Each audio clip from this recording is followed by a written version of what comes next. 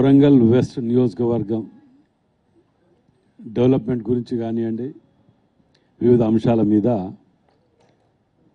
మనకు జనరల్గా ఇరిగేషన్ కానివ్వండి, R&B కానివ్వండి, వీటన్నిటి మీద కూడా చాలా తక్కువ ఉంటుంది మనకు.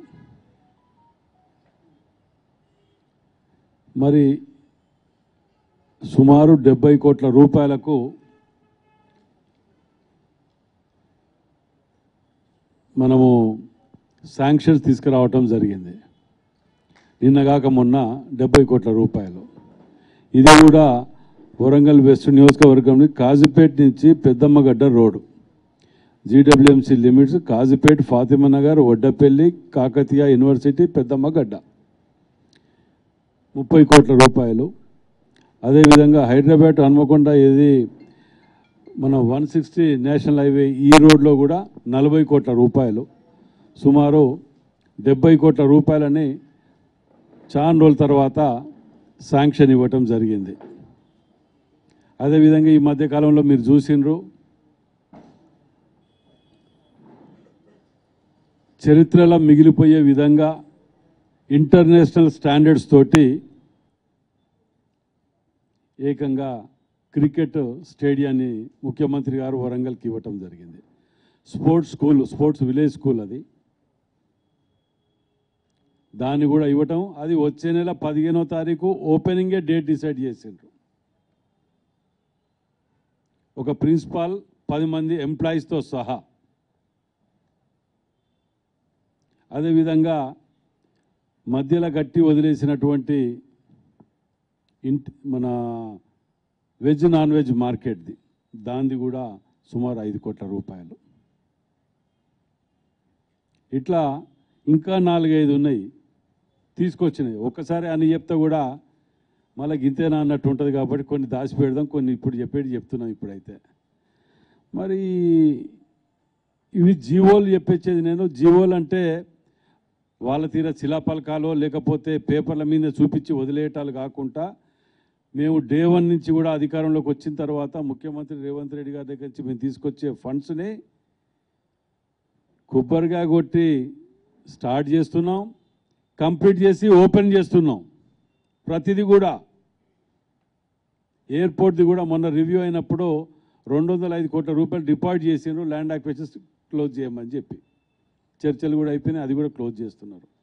అంటే ఇంటర్నేషనల్ స్టాండర్డ్ లెవెల్కి వరంగల్ ఉమ్మడి జిల్లాని తీసుకువెళ్తానంటానికి ఇంతకంటే ఇంకా సాక్ష్యం ఏం కావాలి? వాళ్ళ తీరుగా అక్కడ వీళ్ళని గెలిపియండి, ఇక్కడ వీళ్ళని గెలిపియండి, అండర్ గ్రౌండ్ రైన్ లేదు, ఇక్కడ మంత్రి ఉండే ఆయన పేరు ఏదో ఉండే, సారేనా కరీంనగర్లో ఉంటుంది, అక్కడ ఉంటుంది, ఇక్కడ ఉంటుంది, ఇక్కడ లేదు, అవమానకరం, సిగ్గుశరం. దీని మీద మీరు గెలిపిస్తే రాష్ట్ర బడ్జెట్ తోటి, సెంట్రల్ ఇవ్వకపోతే రాష్ట్ర బడ్జెట్ తోటి నేను చేస్తా అని చెప్పిపోయిన పెద్ద మనిషి. ఆ విధంగా మేము కాకుండా 205 కోట్లు నగదు డిపాజిట్ చేసిన వెంటనే మా చిత్తశుద్ధి ఏందో అర్థం చేసుకోవాలి. స్టేడియం కూడా డెడ్ లైన్ పెట్టి, అంటే మా చిత్తశుద్ధి మాటలకి పరిమితం కాలే. వీటన్నిటిని కూడా ఎలక్షన్ మేనిఫెస్టోలో ఏం పెట్టలే, 6 గ్యారంటీలలో ఏం పెట్టలే. 6 గ్యారంటీలు కూడా మేము అన్ని చేసుకుంటూనే వస్తున్నాం, ఒకటెనకొకటి, ఏది వదిలిపెట్టలే 18 నెలల్లో. ఇంకా 2-3 ఉన్నా వాటిని కూడా కంప్లీట్ చేయటానికే మా ముఖ్యమంత్రి రేవంత్ రెడ్డి గారు కొన్ని బిల్లులు ఎమర్జెన్సీ ఉన్న ఇవ్వటమే కాకుండా మిగతా వాటిని ఆపైనా ఈ యొక్క సంక్షేమ పథకాలని పూర్తి స్థాయిలో అమలు చేయడానికి ముందుకు పోతున్నారు. ఈ తరుణంలో ఓ జోకర్ గాడు, కార్టూన్ గాడు వెళ్తారు, ఇళ్ళకెళ్ళి 4-5. ఈ కార్టూన్ వాళ్ళకి ఏం పని పాట ఉండదు. వాని ఇల్లు అని చక్కగా సర్దిద్దుకోవడానికి కానీ బయటి వాటి గురించి మాట్లాడతాడు. రోజు ఫ్రంట్ పేజీలో హెడ్లైన్స్లో ఉండాలి, ఏం మాట్లాడితే ఉన్నది, అదే బ్యాడ్ ఆర్ గుడ్ ఏదైనా కానీ. కూలేశ్వరాన్ని మేము గులగొట్టినాం అంటాడు. అనుమానం ఉన్నదట వానికి. మాకు కూడా చాలా అనుమానాలు, నేను రామారావుని పేరు పెట్టుకుంటే మేమంటే బాగుండదు కదా. ఇవన్నీ వద్దు, బాగుండేవి మాట్లాడుకుంటూ పోతుంటే. ప్రజలు అసహించుకుంటున్నారు మిమ్మల్ని చూస్తుంటే. మీరు మాట్లాడే మాటలకు అధికారం మీది ఉంటుంది. కాళేశ్వరం చుట్టూ చుట్టూ పహారా పెట్టి పోలీసులు వందల మందిని పోలీసులు పెట్టి మీరు నిర్మించిన దాన్ని ఎలక్షన్ల ముందు నెల 2 నెలల ముందు దానికి డ్యామేజ్ జరిగితే దాని మీద నీకు మాట్లాడటానికి నోరు వచ్చిందంటేనే నువ్వు ఎంత చిల్లరగా దిగజారిపోయినావు. సరే నీ చిల్లర దిగజారటానికి నేను చెప్పనవసరం లేదు, బయట వాళ్ళు చెప్పనవసరం లేదు. నీ ఇంటి వాళ్ళే మీ చెల్లెనే నిన్ను ఏమంటాందో చూసినావు, సీఎం రమేష్ ఏమంటాడో ఆయన చూసినావు. ఒకటో రెండో మీకు చేతగాకనే దానికి జవాబు చెప్తలేవు ఎందుకు నువ్వు? వాళ్ళు అడిగిన ప్రశ్నకు బీజేపీలో విలీనం చేయాలి అని నువ్వు అడిగినావు, పోయి కాళ్ళేలు పట్టుకున్నావట. అప్పుడు మరి మీ చెల్లె జైలు ఉంటే బెయిల్ ఇవ్వాలని చెప్పి బయటికి తీయాలి, లేకపోతే మమ్మల్ని ఎంక్వైరీలు వేయొద్దు, మేము చేసిన పాపాలను బయటికి తవ్వొద్దు, మమ్మల్ని జైళ్ళల్లో పెట్టనీయకుండా కాపాడు, మేము బీఆర్ఎస్ టీఆర్ఎస్ని బీజేపీలో విలీనం చేస్తామని చెప్పి నేను విభేదించిన దీన్ని అని నీ సొంత చెల్లె చెప్పింది. ఇంతకంటే పెద్ద సాక్ష్యాలు కావాలా? ఇవాళ సీఎం రమేష్ ఇంటి మీద ఫోటో వీడియో క్లిప్పింగ్స్ ఉన్నాయంటున్నాడు. మరి వీటి గురించి నువ్వు ఎందుకు మాట్లాడతలేవు? అది వదిలిపెట్టి నాకెందుకో అనుమానం ఉన్నది, ఇదేం మాట నువ్వు మాట్లాడేది? అనుమానం ఉన్నది అనేది ప్రజలంటే ఏమనుకుంటారో అనే ఆలోచన లేకుండా హాస్టల్స్ నట వాళ్ళ టీఆర్ఎస్కు సంబంధించిన అనుబంధ సంఘాలు అవి పోయి మీరు విజిట్ చేయాలి, లోపలికి పోయి తోళ్ళు తీస్తాం బిడ్డ. ఎవడన్నా పోవాలి హాస్టళ్లకు అర్హత లేకుండా ఎవడు పడితే వాడు అలా పోవటానికి, ఎవడు పడితే వాడు మాట్లాడటానికి. గుండాయిజం రౌడీజం అట మా దగ్గర. మేము గుండాయిజం రౌడీజం చెప్తే మీరెందుకు తిరుగుతారా ఇట్లా? నువ్వు చేస్తున్నావు గుండాయిజం రౌడీజం అనడానికి మారు పేరు నీ భాష యాస నీది చేస్తున్నావు. ఇవాళ కలెక్టర్ కానీ కలెక్టర్ అయ్యను కానీ ఐఏఎస్ కానీ IPS 1 అయ్యను కానీ ఎవరిని వదిలిపెట్టం. ఏంటిరా నువ్వు వీకేది అయ్యేది వదిలిపెట్టేది? ఒక్కసారి మా ముఖ్యమంత్రి రేవంత్ రెడ్డి గారిని కానియండి అనండి, ఒక్కసారి. బిడ్డ నువ్వు హైదరాబాద్ కాదు ఇక్కడ రాష్ట్రంలో తిరగలేవు, తెలంగాణలో నీళ్లు నిధులు నియామకాలు అని చెప్పి మోసం చేసి ఆంధ్ర పాలకుల కంటే భయంకరమైన దోపిడీ చేసిన మీరు, మీ కుటుంబ సభ్యులు, మీ పార్టీ సభ్యులు మీరు దోసుక తిన్నది. నిజంగా తెలంగాణకు ద్రోహం ఏదైనా జరిగింది, తెలంగాణ ఉద్యమ ద్రోహులు ఎవరైనా ఉన్నారు అని అంటే అది మీ కుటుంబం, మీరు, మీ యొక్క పార్టీలో ఉన్న ముఖ్య నాయకులు. ఎన్ని దోసుక తినాలో అన్ని దోసుక తిని ఇంకా దొంగ నాటకాలు ఆడుకుంటా ఉల్టా వీళ్ళ మీద దాడి చేయి, వాళ్ళ మీద వీళ్ళని అధికారులను కూడా మేము రిక్వెస్ట్ చేస్తాను. మాకు మీకు తేడా ఏమున్నదంటే ఈ టీఆర్ఎస్కు కాంగ్రెస్కు మా దగ్గరికి ఏదైనా రిప్రజెంటేషన్ వస్తే చూడండి సార్, ఇది మా దగ్గర రిప్రజెంటేషన్ వచ్చింది అది ఉంటే చూడండి అని చెప్పేది. మీరు చేసింది ఏందిరా? ఇదే ఐఏఎస్లని హైదరాబాద్లో కానీ అక్కడిక్కడ ఆ ఐఏఎస్లు కొత్తగా వచ్చిన బ్యాచ్లలో చిన్న పిల్లలు ఉంటే కూడా రాత్రి 12 గంటలకు పిలిపించుకొని సంతకాలు పెట్టించిన ఎదవనా కొడుకులు మీరు. చిన్న పిల్లలను ఎత్తుకొని రాత్రి 12 గంటలకు వచ్చి వాళ్ళు సంతకాలు పెట్టించుకొని కొన్ని వందల ఎకరాలు తారుమారు చేసిన చరిత్ర మీది. మీ మీద ఎంక్వైరీ చేయొద్దు, మిమ్మల్ని ఎంక్వైరీ పిలవద్దు. ఏది ఏమైనా చేస్తే వీళ్ళ ఏది మన కక్ష సాధింపు చర్య అందంగా యాస భాషతోటి మాట్లాడుకుంటూ మరోసారి ప్రజలను మోసం. హరీష్ రావు అంటాడు మరోసారి ఉద్యమం లేవాలంట. ఎందుకురా నీ కుటుంబం రోడ్డు మీద ఇది అయిపోయిందని చెప్పి మరోసారి దోచక తినకపోతామని చెప్పి మరోసారి ఉద్యమమా? ఏం ఉద్యమం చేస్తావు చెప్పు, నాకు తెలియకుంటాడు. ఇప్పుడు మీరు తెలంగాణ ఏం చెప్పుకొని పోతారు? తెలంగాణకు మేము మోసం చేసినాం, తెలంగాణ అమరవీరులు చనిపోయిన వాళ్ళ మీద మేము పేలాలు ఎరక తిన్నాం, కోట్ల రూపాయలు దొండుకొని తిన్నాం. ఇవాళ మీ IT అసెస్మెంట్ తీయండి, మీ IT అసెస్మెంట్ తీయండి. ఒక్కొక్కరు ఇన్ని వేల కోట్లు ఏడికెళ్ళి వచ్చినాయి మీకు. ప్రతి దాంట్లో ప్రతి డిపార్ట్మెంట్లో పొద్దుగా లేస్తే దొండుకొని తిని పందికొక్కులు తిని పందికొక్కులు బలిసి ఇవాళ దేశం మీద పడి మళ్ళీ ప్రజలను మోసం చేయడానికి వస్తున్నారా? IAS IPS బెదిరించే నువ్వు చదువుకున్నది ఏంటిరా? నువ్వు బెదిరించేది ఏంటిరా? నువ్వు అసలు ఒక్క మాట నా నిజం మాట్లాడుతున్నారు అయ్యాలా? మీ పద్ధతి మానుకోండి, లేదంటే మీ భాష యాస ఇలాగనే కొనసాగితే మేము అంతకంటే ఎక్కువ మాట్లాడగలుగుతాం, అంతకంటే ఎక్కువ దాడులు మీరు నోటితో చెప్పగలుగుతున్నారు, కానీ మేము చేసి చూపిస్తాం బిడ్డ ఇట్లాంటి వేషాలు వేస్తే. హాస్టళ్ళల్లో ఎస్సీ ఎస్టీ బీసీలు ఉంటారు, మేము 40% వాళ్ళకు పెంచి ఫుడ్ మీద పెంచుతాం. మీరు ఎన్నడూ పెంచిన దాకా లేవు. ఎక్కడైనా ఒకటో ఆ రోజు తెలిసి తెలియక ఏదైనా తప్పు జరిగితే దాన్ని భూతద్దంలో చూపిస్తారా? కావాలని చేస్తారు ఎవరైనా తప్పు, దాన్ని సరిదిద్దుకునే ప్రయత్నం చేస్తాం. సరిదిద్దుకోవాలని సలహాలు సూచనలు స్వీకరిస్తాం. అంతేగాని దేశం మీద ఆంబోత్ కూడా తిరగబడి దేశం మీద పడి వచ్చిరాని ఒరుకుంటూ పోతుంటే చూసుకుంటూ కూర్చుంటారు అనుకుంటున్నారేమో. పొరపాటది. మీ పద్ధతి మార్చుకోండి. చాలా లిమిట్ క్రాస్ చేసి పోతున్నారు. మా ఓపికని పరీక్షించొద్దు. ఇక్కడ దొంగలు ఉంటాడు, ఒకరు అన్నదెంబటి ఉంటాడు, ఒకలో చెల్లెంబటి ఉంటాడు. విచిత్రమైన దొంగలు ఇక్కడ. మీ ఇంట్లో మీకు సోయి లేదు, ఏం తిడతారు ఏం చేస్తారనే సోయి లేదు, మా మీద పడి ఏడుస్తున్నారా? ఇలా సీఎం రమేష్ చెప్పింది నయమా కరెక్టా? మీ చెల్లె చెప్పింది రైటా?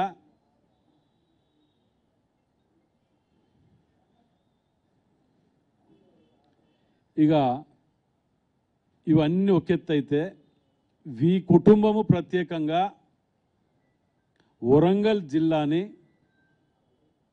సర్వనాశనం చేసిందనటానికి 100 ఆధారాలు పెట్టిన.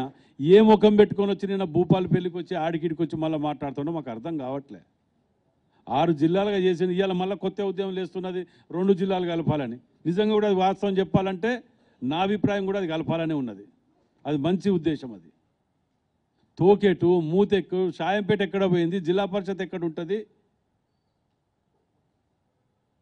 ఓ మూతి లేదు ముక్కు లేదు, ఎటున్నది ఏది తెలియకుండా నాశనం చేసిన జిల్లాని. నీ సిద్దిపేట నీ 2 చేసుకోగానే రాష్ట్రం బాగుపడ్డట. గోస అనుభవిస్తున్నారు ఒక్కొక్కరు. ఇవాళ ఆఖరికి చూడండి, వరంగల్ వెస్ట్ నియోజకవర్గంలో 29వ డివిజను 11వ డివిజన్ ఉంటుంది. ఎంఆర్ఓ ఆర్డీఓ వరంగల్ కిందికి పోతుంది. ఇండ్లు కావాలన్నా పెన్షన్లు కావాలి ఇంకేమన్నా కావాలన్నా మేము ఏవి ఇవ్వాలనుకున్నా ఆ 2 డివిజన్లు వరంగల్ కిందికి పోవాలి. మా అన్ని ఇక్కడి అయిపోయినాయి, అక్కడికి కావు. మా అంటే ప్రాసెస్ లేట్ అవుతుంటుంది. మీరు చేసిన దుర్మార్గం వలన కాదా ఇవన్నీ కష్టాలు?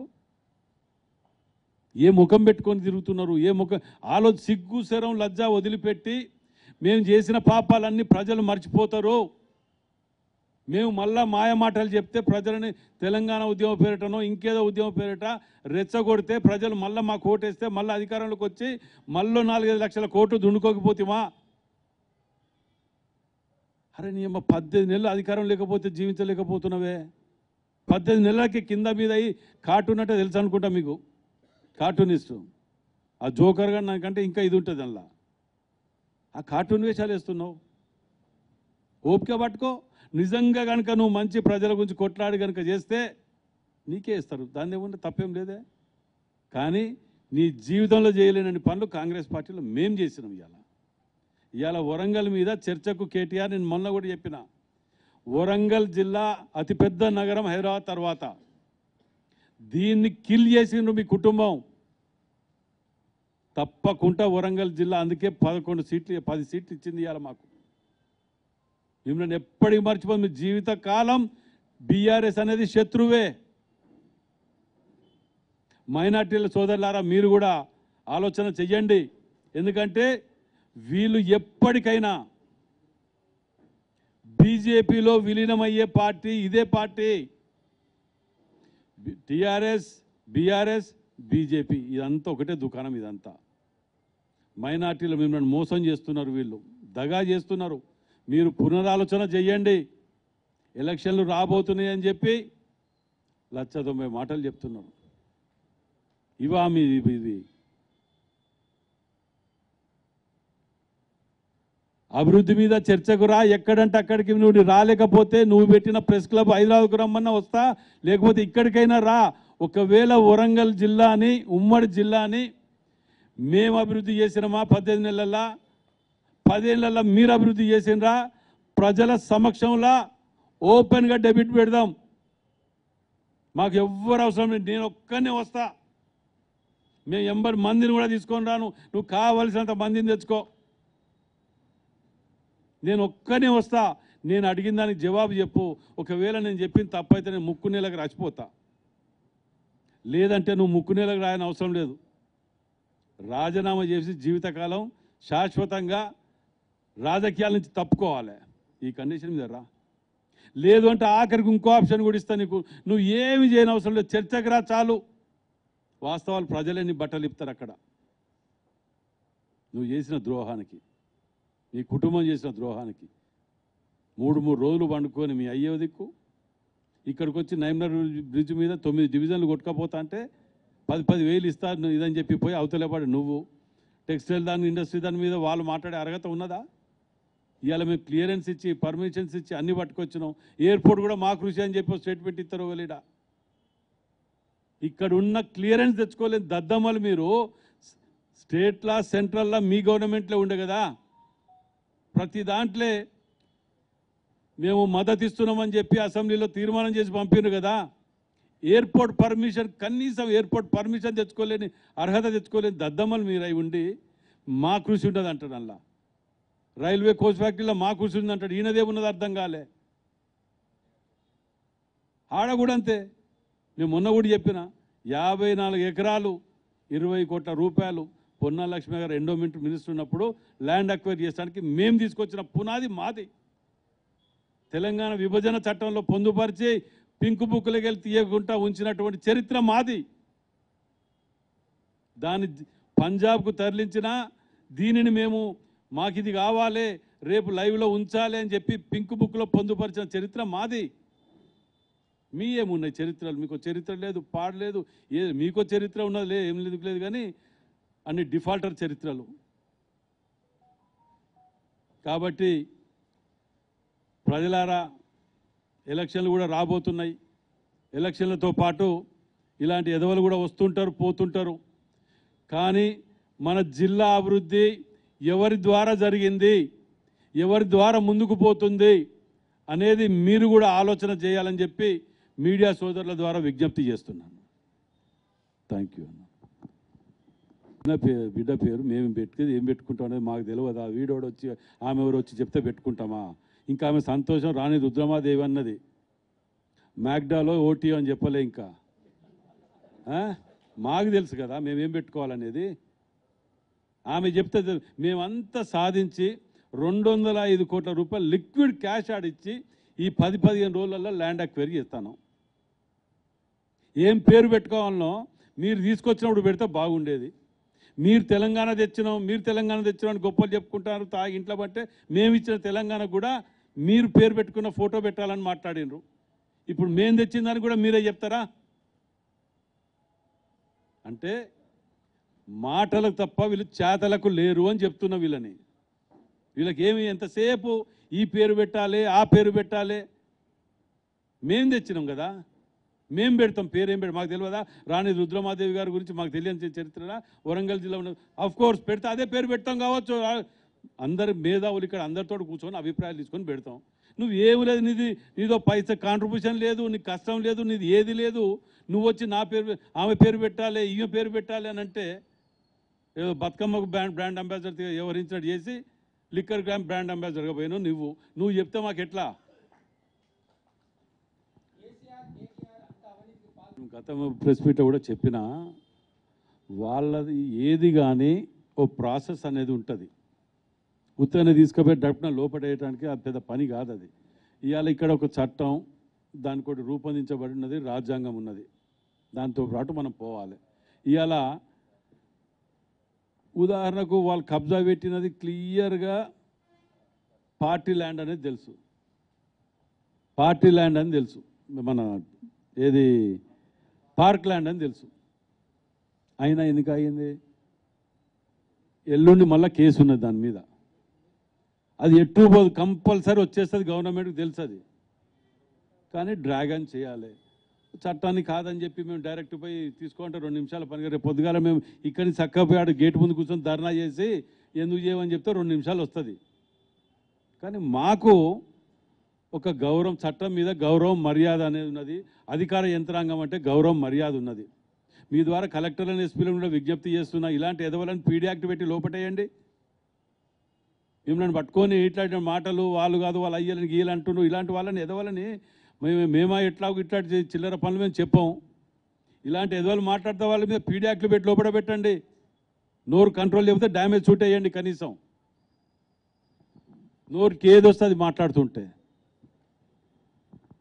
వీటిని కూడా చట్ట ప్రకారం తప్పకుండా ఒకరోజు వెనక ముందు తప్పకుండా వాళ్ళు పోయేవాళ్ళు వాళ్ళని భగవంతుడు కూడా ఏమైనా దయదలితే చెప్పలేం, కానీ భగవంతుడు ఆపిన ఆగని పాపాలు చేసిన వాళ్ళు.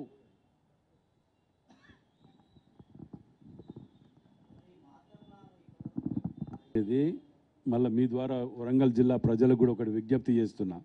ఇది మంచి ప్రశ్న. ఇది మాస్టర్ ప్లాన్ అనేది మేము రిలీజ్ చేసేసినాము. కూడా ఆఫీస్ పోయి దాని మీద డిస్ప్లే చేస్తే ఒరిజినల్ ప్లాన్ దొరుకుతుంది. బయట కొందరు ఈ జాగని ఇట్లకెళ్ళి పోయింది లేకపోతే ఇట్లకెళ్ళి పోయింది అని చెప్పి దాని మీద పేపర్ పెట్టి దాన్ని ప్రింట్అవుట్ తీసి దాన్ని కార్పొరేషన్ దగ్గర బయట ఆఫీసుల దగ్గర రిజిస్ట్రేషన్ ఆఫీసుల దగ్గర వారు చలామణి అవుతున్నాయి. అట్టాడి వాటి మీద కూడా పోలీస్ డిపార్ట్మెంట్ని కానీ వారిని కూడా కొద్దిగా రిక్వెస్ట్ చేస్తున్నా, ఇలాంటి దొంగల మీద కూడా యాక్షన్ తీసుకోమని. మాస్టర్ ప్లాన్ అనేది రిలీజ్ అయింది. ఆ రోజు సీఎం గారు వచ్చి ఓపెన్ చేసిన రిలీజ్ అయింది. కాకపోతే ఒకటి ఇక్కడ వీళ్ళు దొంగలు చేసింది దాంట్లో ఒకటి ఉన్నది. వీళ్ళు ఏం చేసిండ్రు, మాస్టర్ ప్లాన్ వచ్చిందని దాచిపెట్టిండ్రు, రిలీజ్ చేయలే. ఆ బార్డర్ల పాటి మొత్తం ఎకరాలు కొనుక్కుంటా పోయినరు దొంగల ముఠ. ఈ 12 అప్పుడున్న 12 మంది దొంగలు ఈ మాస్టర్ ప్లాన్ తెలుసుకొని మొత్తం ఎకరాల కొద్ది కొనుక్కొని, ఎకరాల కొద్ది లేని దొంగలు ఎవరు లేరు ఆ 12 మందిని. ఇప్పుడు 12 మంది ఉన్నాయి. అప్పుడు ఏం చేసిండ్రు, ఇది మీరు మంచిగా గమనించండి. ఈ లాజిక్ ఇలా మాస్టర్ ప్లాన్ దాచిపెడతారు. మాస్టర్ ప్లాన్ ప్రకారమే మేము పర్మిషన్ ఇస్తామంటారు. అనగానే ఆ ఇంటి ఆయన ఏం చేస్తాడు, కోర్టుకు పోతాడు.